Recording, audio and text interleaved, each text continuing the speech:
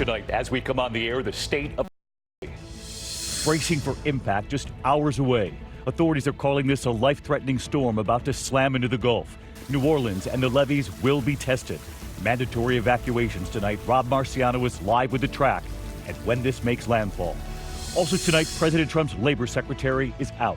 Just 48 hours after taking questions explaining why he allowed a controversial plea deal for Jeffrey Epstein all those years ago, Alexander Acosta now resigning. What the president said, standing right beside him. Yet another round of earthquakes in the West tonight, this time shaking felt in Seattle. And then in Southern California, the ground moving again. The major headline tonight on the Hill, Jon Stewart with 9/11 first responders by his side. The effort to make sure money for their treatment never runs out. And what just happened? R. Kelly under arrest, this time federal charges, surrounded as he was walking his dog. The massive fire in Hawaii, residents and tourists evacuated, planes diverted, and what Oprah did to help. And the family emergency, their newborn stopped breathing. The deputy who frantically works to get her to breathe again. This is ABC World News Tonight with David Muir. Good evening, and it's great to have you with us here on a very busy Friday night. And we begin tonight with what authorities are now calling a life-threatening storm about to hit the Gulf in just hours. Tropical Storm Barry is gaining strength right now. The outer band's hitting already tonight. You can see the roads there covered in water. Driving conditions worsening at this hour, and look at the flooding already. This could very well make landfall in Louisiana as a hurricane. The levees in New Orleans will be tested. And just look at the size of this tonight. Emergency officials are warning not just about the storm itself. This is the highest the Mississippi River has ever been, with a storm of this size set to hit. President Trump tonight already declaring a state of emergency. Meteorologist Rob Marciano is there. He leads us off. Tonight, Barry churning its way onto the Gulf Coast. The slow-moving tropical storm now nearing hurricane strength, with winds over 60 miles per hour already pushing water inland. Thousands scrambling to pack up and get out. This gas station running out of fuel. As you can see, there's already gas running out at these pumps. Several of these pumps no longer have gas. In fact, only 2 are up and running right now. Store shelves emptying too. Officials warning this is a life-threatening storm and the clock is ticking. Time is short. If you have preparations that you need to complete, now is the time. Tonight, Grand Isle, Louisiana, already underwater before the storm even hits. Residents here ordered to evacuate, but not everyone getting out. We have a neighbor down the road from us that she's hospital bound and in a hospital bed. They're not leaving either. To the west, our Alex Perez is directly in the storm's path. Here near Morgan City, you can see residents are taking no chances, already filling up sandbags. We're here near the central coast of Louisiana. This could be right in Barry's bullseye. And tonight, conditions deteriorating by the hour. In New Orleans, residents are being urged to shelter in place. Tourists are pulling out of town. Have you ever been through a hurricane? Yes, you go. I'm from Charleston. Okay. You don't have any feeling about sticking around this one? No. When they say evacuate, you usually pretty much listen to that warning, and you get out. Storefronts in the French Quarter being boarded up. And for the first time in history, all the city's floodgates are closed. I've never seen them close off the river like the barricades. Those floodgates are the first time. And the governor is confident the upgraded levees will hold the Mississippi River back, at least in New Orleans. Our state is better prepared, but that comes with a caveat.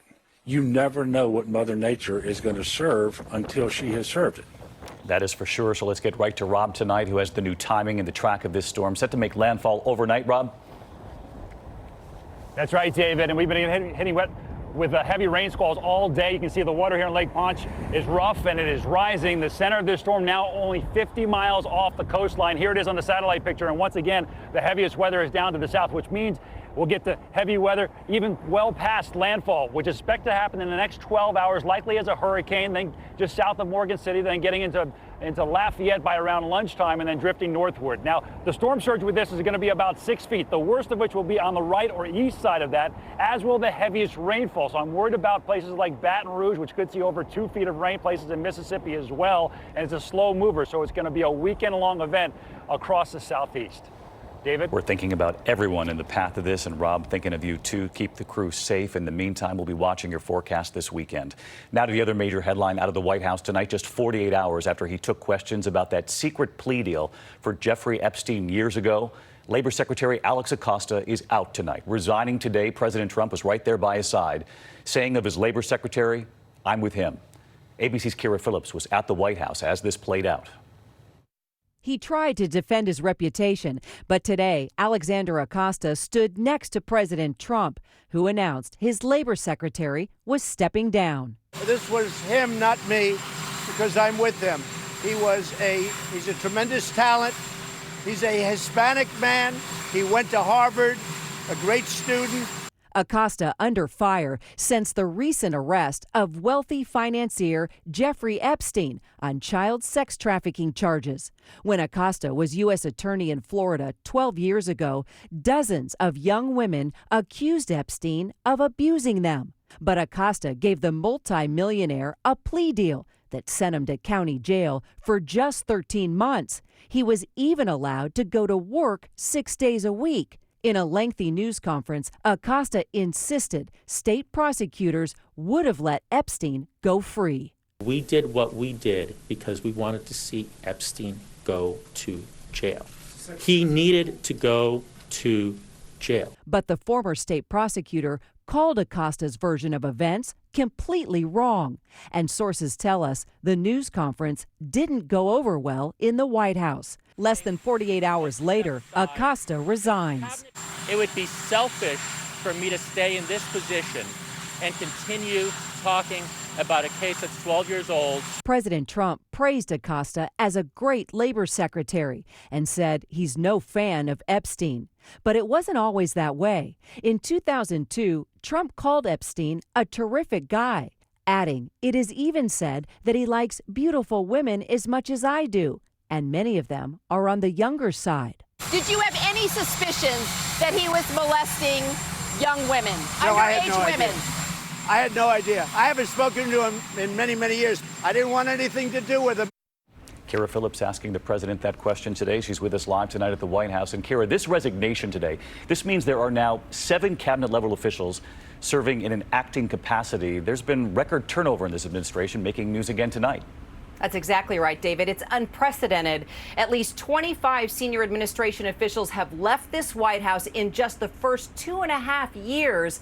And we should note that Alex Acosta, well, he was the only Latino member of President Trump's cabinet. David? Kira Phillips with us on a Friday night. Kira, thank you. It was a very unsettling day for millions in the West. Yet another round of earthquakes. This time, shaking could be felt in Seattle, and news of yet another quake hitting Southern California. Here's ABC's Clayton Sandell with the pictures. Shaking up and down the West Coast tonight. Near Seattle, a 4.6 magnitude quake rattling people out of bed. Our whole bedroom was shaking. You know, the walls were shaking. And so my wife woke up and said, "Wow, we just had an earthquake." A few hours later, trembling in the same Southern California region struck by powerful quakes over July 4th weekend. Oh my God! Oh my God! Oh my God! Today's shaker near Ridgecrest, a 4.9 on the magnitude scale, but a 10 on the anxiety scale. It rattled us pretty good. We were sleeping. We're still sleeping in the living room because we're still shaking. We're still on edge from last week. In the last 7 days, shifting faults have triggered a swarm of 585 aftershocks above magnitude 3, ending what had been a relatively quiet time for quakes. In the long run, we should be seeing quite a few more than the last couple of decades have given us, and it's great that we can use the quiet time to get ready.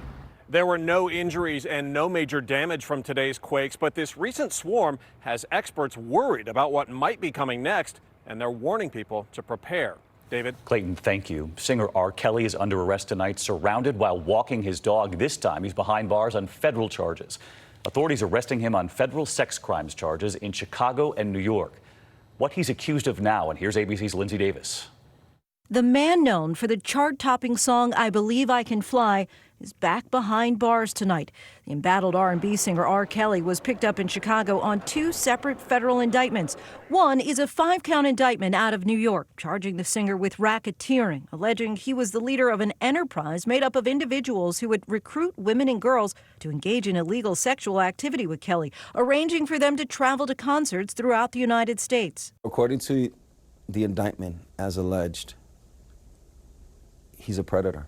The other, a 13-count indictment out of Chicago, charges Kelly with child pornography, enticement of a minor, and obstruction of justice, accusing him and a former manager in one case of paying a minor approximately $250,000 to return a videotape depicting Kelly engaged in sexual contact with minors. Hold up a sec. A representative for Kelly was interrupted today by the family of Joycelyn Savage. Her parents say she's been brainwashed by Kelly and living with him against her own will. The same charges a decade ago. Get all that, bro. Where's my daughter at? The same charges he had Kelly before. is in there right now in jail. I want to know where my daughter is.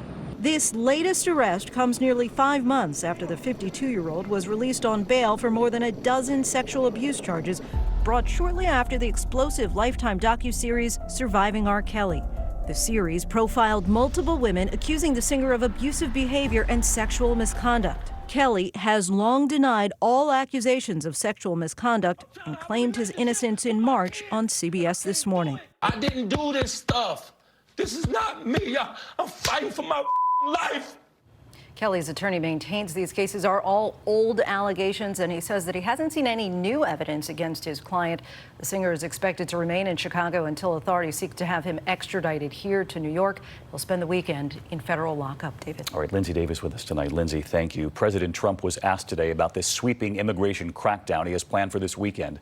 They are expected to take place in up to 10 cities, and there is new video just in tonight of the vice president in one of those facilities and what he said. Here's ABC's Matt Gutman. Tonight, that surveillance image, an unofficial starting gun for those anticipated ICE roundups on Sunday. Over a dozen agents searching for a single undocumented person. The president stripping away any remaining mystery about the timing of the raids. It's a major operation. So if the word gets out, it gets out. It starts on Sunday, and they're going to take people out, and they're going to bring them back to their countries. ICE set to target 2,000 migrants with immediate removal orders. And tonight, immigration groups in Los Angeles telling us sweeps are already underway. Those ICE actions triggering protests. Throngs in Philadelphia. Education on deportation. In Milwaukee, Wisconsin, they chanted, "Free the kids now." And tonight, many thousands of undocumented people like Lillian in Los Angeles preparing to hunker down and evade authorities through the weekend. And if ICE comes to this door and knocks, yes, what would you do? For me, and this time, no open the door, and you would not open the door? No. So let's get to Matt Gutman with us live again tonight. Matt, as you know, just before we came on the air tonight, new video came out of Vice President Mike Pence. I know you and the team have been looking at this. He was touring a detainee processing center in McAllen, Texas, showing the vice president. He came face to face with detainees, and at one point, our team hearing him say that this is, quote, tough stuff. That's right, David. This is the first time that the vice president has seen these images that we've been reporting about for months. Dozens of men stuffed in those chain link pens, some of them looking absolutely stunned. We also hear that the vice president saw children sleeping on mats on the floor with those thin foil blankets. Now, we have been trying to get our cameras in there for over 6 months. This is the first time that we've been able to do that. And one of these migrants looking directly into our camera saying, "We are not terrorists." David. All right, Matt Gutman, you'll continue on this, Matt. Thank you. There is also word tonight of a possible delay in Robert Mueller's public testimony now. 2 House committees are now looking at delaying his much-anticipated appearance next week by at least 1 week. Lawmakers on the House Judiciary Committee on both sides want additional time to ask questions about the Mueller investigation, and Mueller reportedly wants more time to prepare. No decision on any change yet, and whether that will happen a week later now. On the Hill tonight, major news involving Jon Stewart and the 9/11 first responders he's been fighting for, trying to make sure the money for their medical treatment never runs out. Today, Stewart went before the cameras, one giant hurdle now crossed. Democrats and Republicans in the House passing this. Now it's up to the Senate. Here's Mary Bruce. On Capitol Hill today, a victory for the heroes of 9/11. This is necessary. It is urgent, and it is morally right. The House voting to extend funding to care for first responders after an emotional shaming from comedian Jon Stewart. Your indifference costs these men and women their most valuable commodity, time.